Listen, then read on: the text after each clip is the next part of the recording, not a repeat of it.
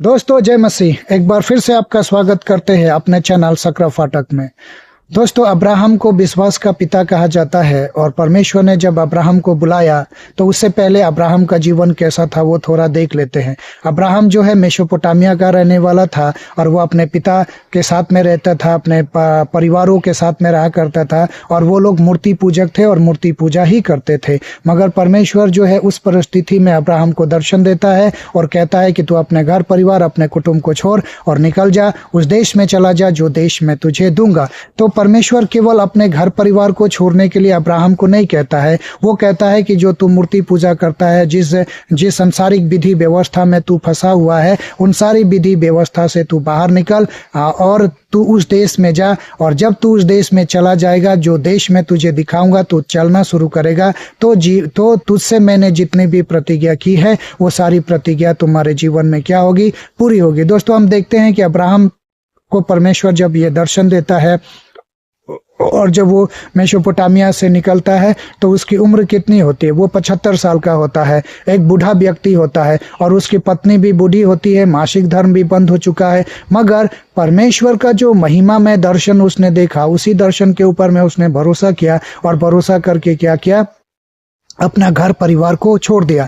तो दोस्तों ये अध्याय हमको क्या बताता है, ये अध्याय हमको क्या समझाना चाहता है? ये परमेश्वर हमको बताना चाहता है कि जैसा प्रतिज्ञा मैंने अब्राहम के साथ में किया और अब्राहम ने उन मेरी प्रतिज्ञाओं के ऊपर में भरोसा किया और वो चला, उसी प्रकार अगर तुम भी मेरी प्रतिज्ञाओं को मानोगे, मेरी प्रतिज्ञाओं को सुनोगे, तो मैं भी अब्राहम के तरह, तुम्हें भी अब्राहम के तरह मैं आशीष दूंगा, तुम्हारे नाम को बड़ा करूंगा और तुझे भी बहुत सारी जातियों का कुल पिता बना दूंगा। तू भी धनाढ्य हो जाएगा और मैं भी और मेरा अनुग्रह तुझ पर हमेशा हमेशा के लिए क्या होगा, बना रहेगा। दोस्तों गलातियों की पुस्तक जब हम पढ़ते हैं तो हम पाते हैं वहां पे इस प्रकार लिखा हुआ है, 3:6 जब हम पढ़ते हैं तो वहां पे इस प्रकार लिखा है, अतः यह जान लो कि जो विश्वास करने वाले हैं वही अब्राहम की संतान है। तो दोस्तों यहाँ गलातियों में पौलुस जो है साफ साफ कहता है कि जो विश्वास करता है वही अब्राहम का संतान है। तो हम परमेश्वर के ऊपर में विश्वास करते हैं,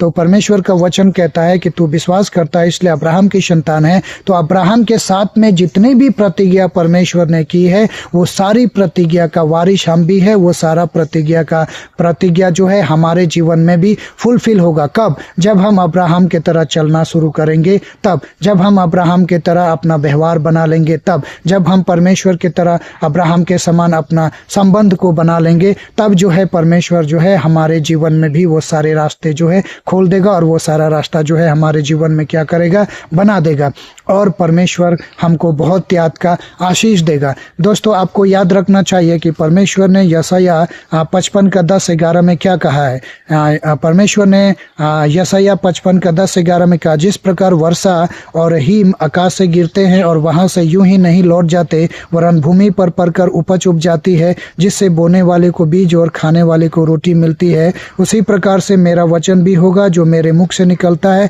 वह व्यर्थ ठहर कर मेरे पास न लौटेगा, परंतु जो मेरी इच्छा से है उसे वह पूरी करेगा। जिस काम के लिए मैं उसको भेजा उसे वह सफल करेगा। दोस्तों परमेश्वर यहाँ पे कहता है कि परमेश्वर का जो वचन है जो उसके मुंह से निकला वो पूरा होता है। जैसे अब्राहम से परमेश्वर ने कहा मैं तुझे कुल पिता बनाऊंगा, तो उस परमेश्वर ने उस वचन को पूरा किया। उसने कहा मैं तुझे संतान दूंगा, तो संतान भी देता है। और परमेश्वर कहता है कि मैं तुझे जाति जाति का कुल पिता बना दूंगा, तो परमेश्वर ने उसको जाति जाति का कुल पिता बना दिया। आज हर लोग परमेश्वर के नाम से अब्राहम को और उसके वंश को आशीष देते हैं, तो और जो आशीष देते हैं वो आशीष भी पाते हैं। तो हमको भी अब्राहम के तरह परमेश्वर के ऊपर में भरोसा करके, परमेश्वर के वचनों के ऊपर में विश्वास करके हमको भी आगे बढ़ते रहना चाहिए, तभी वो हमारे जीवन में क्या होगा, फुलफिल होगा और हम वो सारी प्रतिज्ञाओं को अपने जीवन में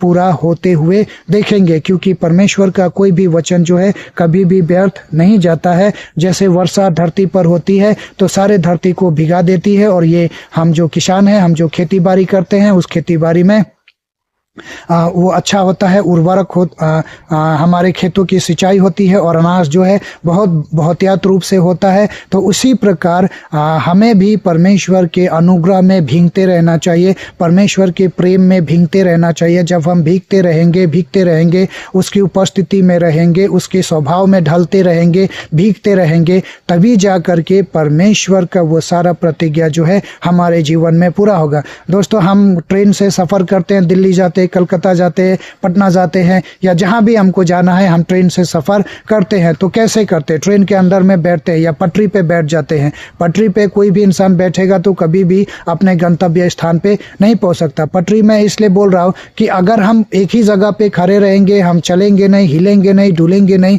तो हम कहीं भी नहीं पहुंच पाएंगे। मगर अब्राहम की तरह अगर हम चलना शुरू करेंगे तो उस गंतव्य स्थान तक, प्रतिज्ञा की भूमि तक पहुंच जाएंगे, और वो प्रतिज्ञा जो है हमारे जीवन में भी क्या होगा? फुलफिल होगा। तो इस अध्याय के द्वारा परमेश्वर हमसे यही बताना चाहता है कि मैं विश्वास योग्य हूं। अगर तुम मेरी बातों को सुन करके ये कार्य करते हो तो तुम क्या होगा? तुम आशीष के स्रोत बनोगे और बहुत सारे लोगों के लिए तुम आशीष का कारण बन जाओगे। आज परमेश्वर हमारे लिए यही कहता है कि हमको भी अब्राहम के तरह परमेश्वर के ऊपर में भरोसा और विश्वास करके आगे बढ़ते रहना चाहिए। अगर हम ऐसा करते हैं तो परमेश्वर की जितने भी प्रतिज्ञाएं हैं वो सब हाँ के साथ है, और वो सारी प्रतिज्ञा जो है हमारे जीवन में पूरी होगी। वरना अगर हम खड़े रहेंगे और आगे बढ़ने का प्रयास नहीं करेंगे तो कोई भी प्रतिज्ञा परमेश्वर का पूरा नहीं होगा। तो दोस्तों, उम्मीद है इस वचन के द्वारा परमेश्वर ने आपको आशीष किया है। तो मिलते हैं फिर किसी दूसरे वीडियो में, तब तक के लिए जय मसीह।